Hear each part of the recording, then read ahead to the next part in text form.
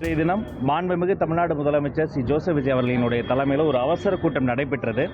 அந்த கூட்டத்தில் பல்வேறு விஷயங்கள் விவாதிக்கப்பட்டது.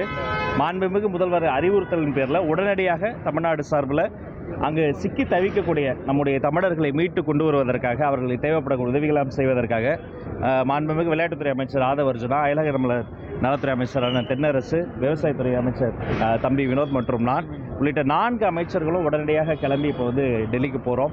அங்கே இருக்கக்கூடிய நம்முடைய கட்டுப்பாட்டு அறையை குறித்து, அவர்கள் செய்து வரக்கூடிய பணிகள் குறித்து சட்டமன்றத்தில் நாங்கள் பேசியிருக்கிறோம். இல்லை என்ன சிக்கல்னா, இது அவங்களுடைய லாஸ்ட் கான்டாக்டை ரிசோர்ஸ் பண்ணுறதுல பெரிய சேலஞ்ச் இருக்குது. முதல்ல ஒரு குரூப் அப்படின்னு நினச்சோம், 57 பேர் நினச்சோம். ஆனால் இப்போ பார்க்கிற பொழுது இன்று காலையில் கிடைத்த தகவல்படி 1க்கும் மேற்பட்ட குழுவினர்.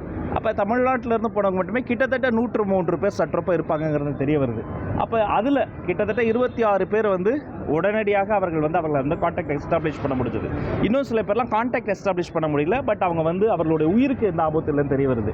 இன்னும் சில பேர் அவங்கள ரீச் பண்ணவே முடியல. அப்போ அவங்களுடைய பிலோட் ஒன்ஸ், அவங்களுடைய ஃபேமிலி மெம்பர்ஸ்லாம் இங்கே நிறைய பேர் நிறைய பரிதவிப்பில் இருக்காங்க. அப்போ இந்திய அரசோடு நம்முடைய தூதரக அதிகாரிகளினுடைய ஒத்துழைப்போடு அவர்களுக்கு தேவைப்படக்கூடிய முதல் உதவி, அவர்களுக்கு தேவைப்படக்கூடிய மருத்துவ உதவி மற்றும் அவர்களை உடனடியாகங்கிறது எவ்வளோ வேகமாக ரெஸ்கியூ பண்ண முடியுமோ அதையெல்லாம் ரெஸ்கியூ பண்ணி டெல்லி கொண்டு டெல்லியிலிருந்து தமிழ்நாட்டுக்கு கொண்டு வருவதற்கான அந்த முன்னெடுப்புகளை எல்லாம் தீவிரப்படுத்துவதற்காக மாண்புமிகு தமிழ்நாடு முதலமைச்சர் அவர்களுடைய அறிவுறுத்தல் பேரில் இப்போ நாங்கள் அவசரமாக உடனே கிளம்பி அங்கே விரைகிறோம்.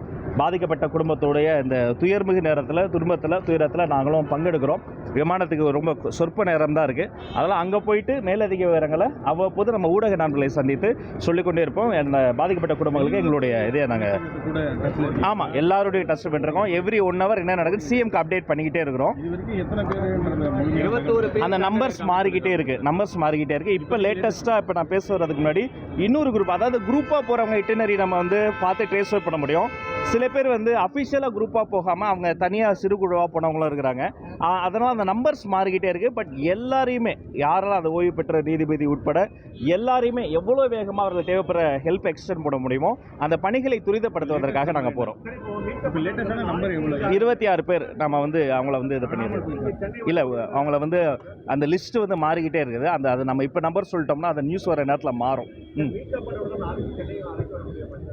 வேகப்படுத்திருக்கிறோம். அவங்களுக்கு தேவைப்படுற மருத்துவ உதவியை முதல்ல தரணும். அவங்க ஒரு ட்ராமாவில் இருப்பாங்க. அவங்களுக்கு தேவைப்படுற அந்த ட்ராமாலேருந்து வெளில வரதுக்கான அந்த எமர்ஜென்சி கேரெல்லாம் கொடுத்துட்டு பின்பு கட்டாயமாக நல்ல முறையில் அவங்களை கூப்பிட்டு அவங்களுடைய வீடு சேர்ப்பதற்காக நாங்கள் பொறுப்பெடுத்திருக்கோங்க.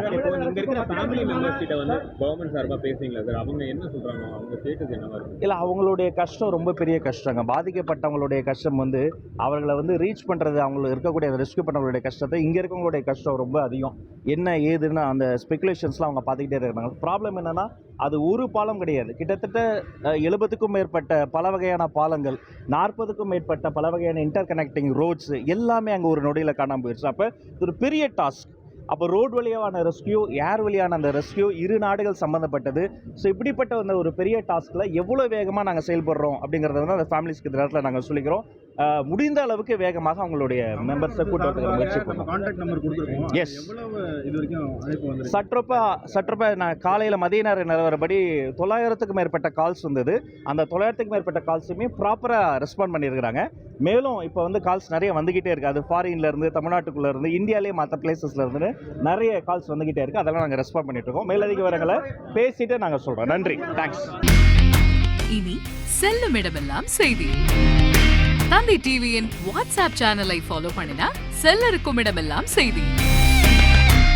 இதோ QR கோட், இப்பவே ஸ்கேன் பண்ணுங்க, ஃபாலோ பண்ணுங்க.